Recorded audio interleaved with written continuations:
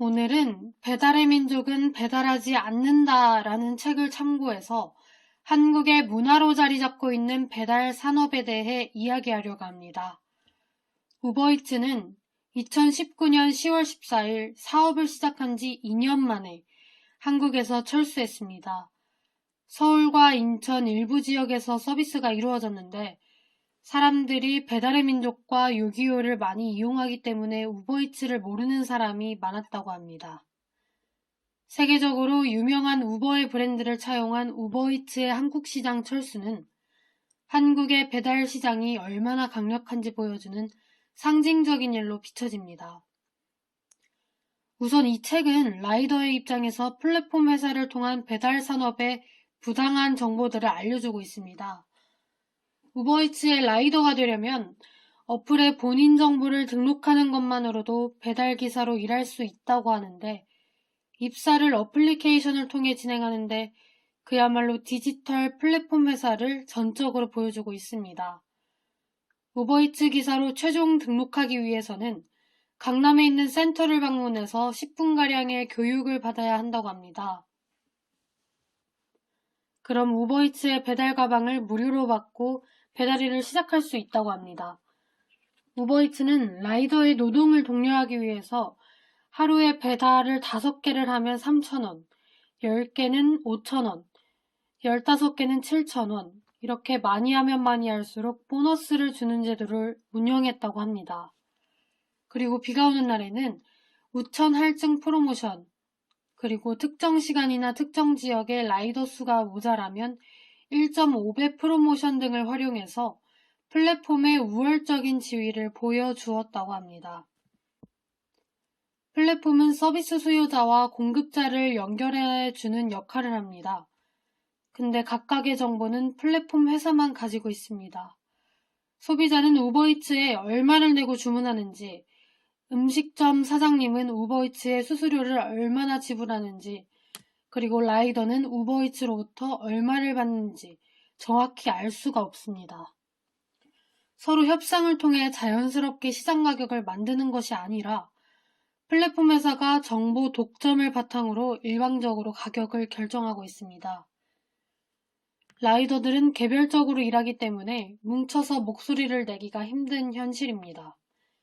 이러한 정보 비대칭성이 불러오는 효과는 불신인데 그 예시로는 자주 일하는 사람에게 먼저 배차되게 하는 알고리즘을 설계하지는 않았을까? 혹은 지난번에 묻지 않고 배달해서 손님의 컴플레인 때문에 배차가 배정되지는 않는 걸까 하는 불신이 생기게 됩니다. 그리고 여기서 주목해야 할 것은 우버이츠가 사용했던 용어입니다. 우버이츠는 근로자나 노동자를 배달원이라고 부르지 않았습니다. 파트너라고 불렀는데 함께 이익을 공유하는 동업자라는 정체성은 배달원을 근로자로도 사업자로도 규정하기 힘든 제3의 존재처럼 느껴지게 했다고 합니다. 또 우버이츠는 프로모션을 퀘스트라고 불렀습니다.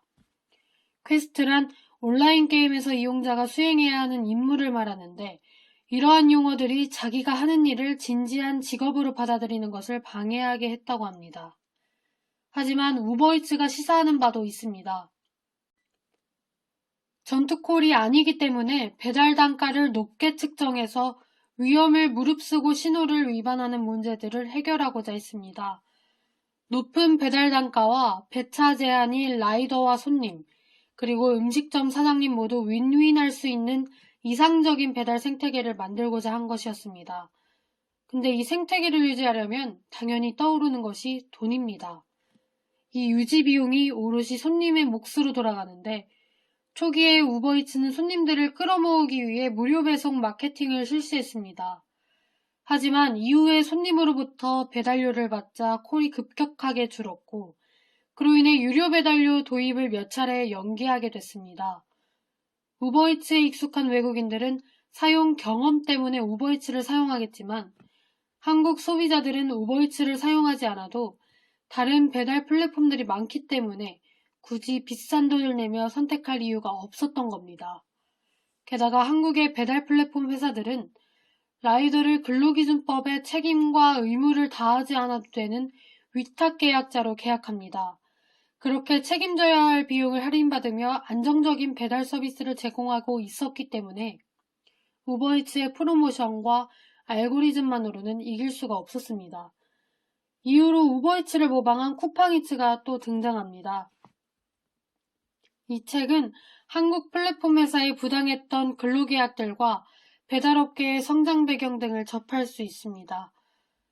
플랫폼이 가져다주는 이점도 있지만 그로 인한 피해도 생기는 것 같은데요. 여러분들의 생각은 어떤가요? 그럼 오늘의 짜투리TV는 여기까지입니다. 소중한 시간 공유해 주셔서 감사합니다. 다음에 더 유익한 정보로 찾아뵙겠습니다.